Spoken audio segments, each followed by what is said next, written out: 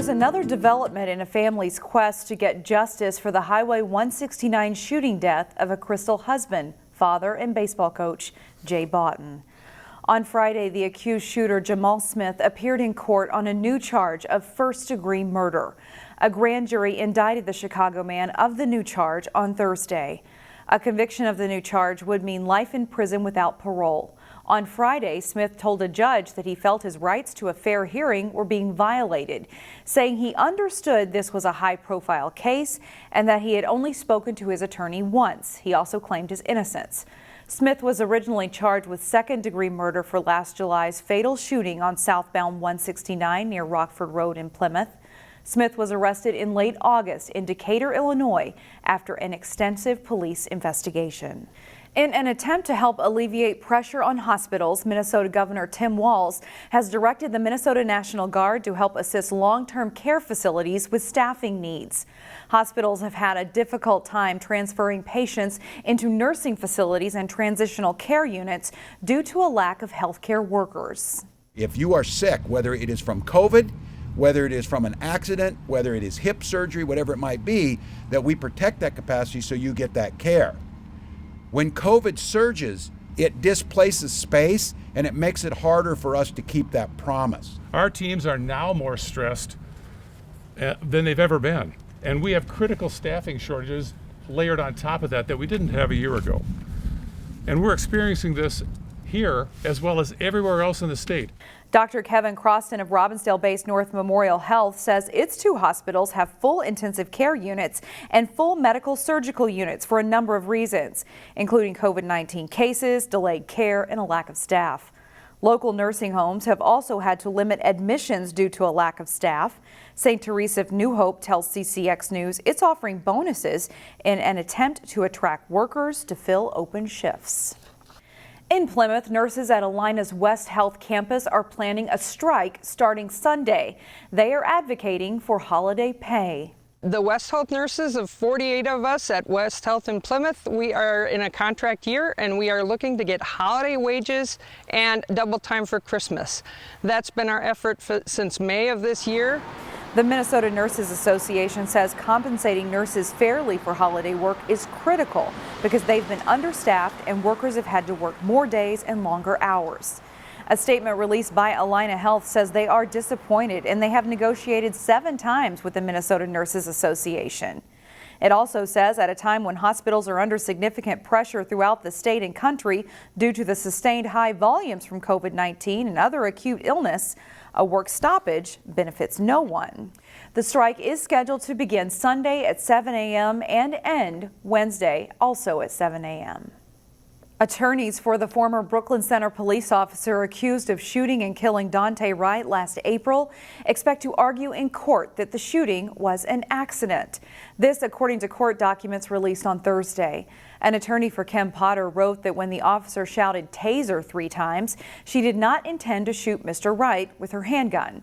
Potter is charged with first and second-degree manslaughter. In a pre-court filing, prosecutors have said Potter was trained and aware of the risk of weapons confusion and acted recklessly when she shot Wright. Potter's trial is scheduled to begin on November 30th.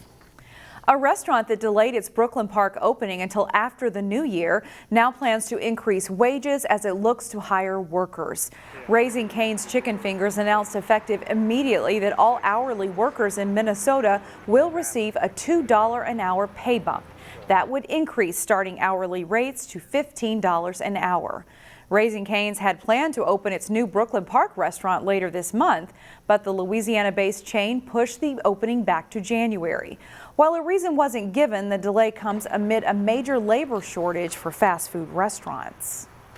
Some teachers are also artists, and some artists are also teachers. Neil Persley highlights the group of teachers who've taken over the Robbin Gallery in today's Weekend Showcase.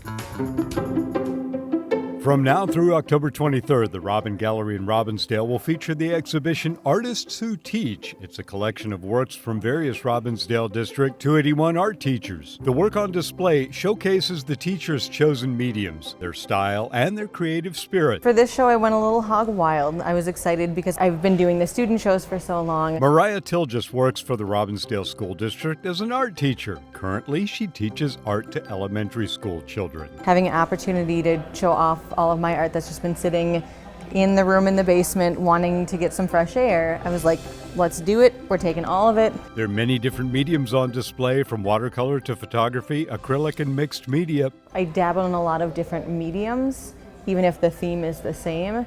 So I wanted to kind of pull some pieces from the different categories of that. Mariah also has enjoyed seeing what her fellow teachers are up to. We spend all the time with colleagues talking about how to structure the lessons, maybe what we specialize in teaching, but we don't often talk about our own art. So it was fun to kind of see the expertise that is always there. You never know what other artists are doing away from the classroom. I've been working with some of these people for 8 years, and then I get to see a whole new side of them, and that's really fun for me too. She expresses sentiments of many artists who teach. I spend all day making art with the kids, and I go home and I make art all the time with that too. You can't flip the switch off. I just need to keep making it. Tilgis says the show is a good representation of District 281 art teachers. This group of individuals is so passionate about what they do, what it is that they bring to teaching. You know, it's something, again, we spend all day doing it, and we go home and we want to do more of it because we just can't get enough. For Weekend Showcase in Robbinsdale, Neil Persley, CCX News. Find more local news stories at ccxmedia.org and follow us on social media. Following a semifinal win over Wayzata on Monday, the Maple Grove girls tennis team played for a section championship Thursday. Jason Malillo has the highlights. In section girls tennis, it's Maple Grove versus Delano for the 5AA team title. At three singles, Delano's Caitlin Pink runs down the ball in the corner, but Grove's Shar Baki steps up and rips a backhand winner. Then Baki gets on top of the high ball for a cross-court winner. She takes the match in straight sets. At two doubles, Maddie Larson returns serve for MG and then snaps a backhand volley winner. Her partner Bethany Smith whips a volley winner of her own later in the match. Larson and Smith win 6-2, 6-love. One doubles, Grove's Allie Kalinsky looking for the passing shot, but a great effort by Delano's Caitlin Ring. The Tigers win the first set in a tiebreak. Kalinsky returns serve and then gets the smash winner for the Crimson, but Delano wins the second set 7-5 to take the match. One single, Zoe Adkins for Maple Grove, Bella Molitor for Delano. Adkins comes to the net and puts away the volley for a point. Then on match point, a good rally ends with a forehand winner for Adkins. The senior wins 11-1. Maple Grove marches to victory, the Crimson winning a section title for the first time ever in girls tennis. There were so many years, we were so close, and it's amazing that we finally get to go. I felt like this is the best energy our team's ever had, so I think just that really helped us push through this time. The Wayzata boys soccer team is a state tournament caliber team. The Trojans opened section tourney play Thursday night. Jay Wilcox has the highlights. Second seed Wayzata hosting 7th seed Hopkins in the Section 6 3A boys soccer quarterfinals. Wayzata gets on the board as Mike Orlov rips a shot into the top corner. Another look at that well-placed strike. The Trojans lead 1-0. Peter Melquist delivers a very long pass ahead to Eden Wynn for a breakaway. Wynn sidesteps the keeper to score for a 2-0 Trojans lead. Is a goal. Nice job there by Wynn. Late in the first half, standout Joe Highfield tucks a left-footed shot just inside the far post as Wayzata takes a 3-0 lead into halftime. They tack on 3 more in the second, including a pair of goals by sophomore Charlie Pillar to win 6-0. Wayzata hosts Washburn Saturday in the semifinals. Jay Wilcox, CCX Sports. Armstrong and Wayzata girls soccer meeting up in the quarterfinal round of the Section 6 3A tournament. Just over 11 minutes into the first half, it's Dana Brewer passing to Megan Smith, and she drills it into the back of the Falcons' net. The Trojans lead 1-0. Beautiful pass. Less than 2 minutes later, Brewer down the right side, crosses the ball to Anna Munyon, who scores, and the Trojans are up 2-0. 21 seconds later, Munyon plays a great through ball to Brewer. She scores the first of her 3 goals to make it 3-0 Wayzata. Nicely played. They add their 4th goal of the half just 51 seconds after the 3rd. Munyon scores off Lily Nyer's assist.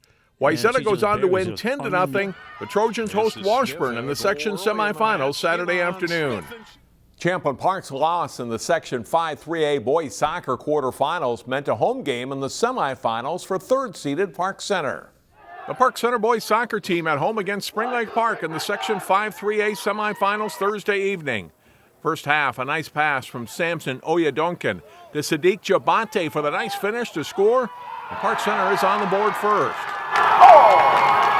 Just over a minute later, the Pirates strike again. Vincent Adamodi to Moses Koala to Jabante, who scores another pretty goal. Park Center jumps out to a 2-0 lead in a match they would control throughout. The Panthers do get a goal in the second half to pull within 1. Made Medic scores on a penalty kick to make it 2-1, but the Pirates hang on for a 2-1 victory. Park Center hosts Mounds View for the Section 5-3A Championship Tuesday at 7 p.m. John Jacobson, CCX Sports. Find more prep sports games and highlights at ccxmedia.org and follow us on social media.